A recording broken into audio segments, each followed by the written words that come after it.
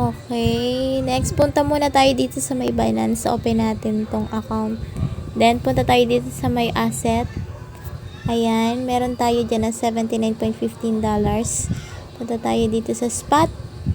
I-transfer natin tong 79.02 from spot to funding. So, click natin yung transfer.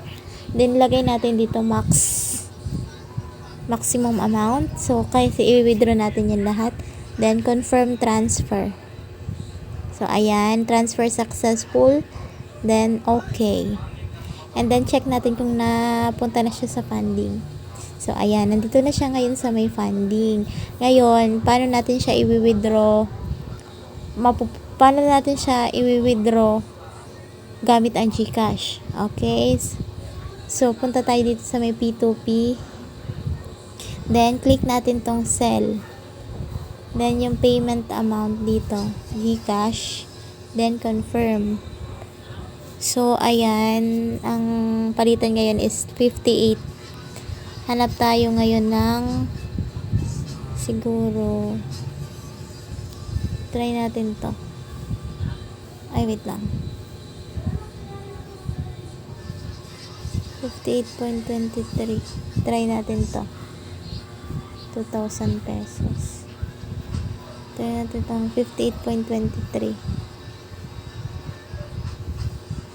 Ayan. All natin. Try natin all. 38 lang. Ay, 38 lang pwede. Dito. Try natin. Enter value above 103 dapat. So, hindi siya pwede dyan. 10,000. Dito siya sa ay, restricted naman.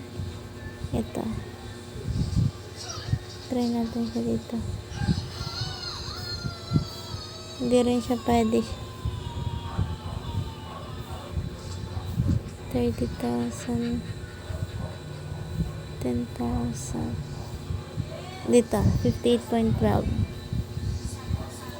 58.12. So, ayan. 58.12 yung palitan ngayon. So, marireceive ko is 4,600.19. Yan.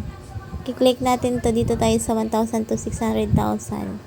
Yan. Sell. Then, all.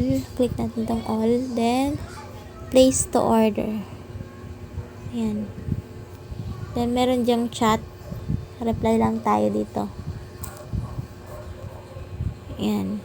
Reply natin lang, okay.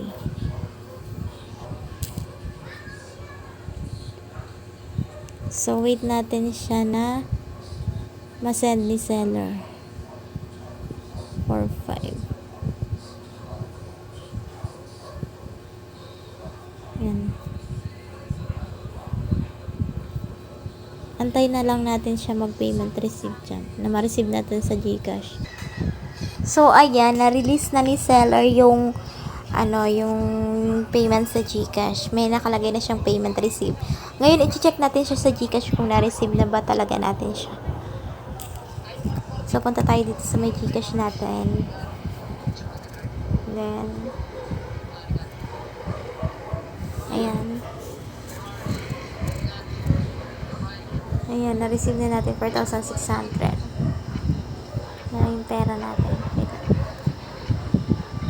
Actually, parang may error sa GCash ngayon. So, at least, ang importante, nandito na siya sa GCash. 4,600. So, hindi, ayan. 4,598.61. So, na-receive na natin yung payment natin from Binance to GCash account. That's all for today's video. Bye!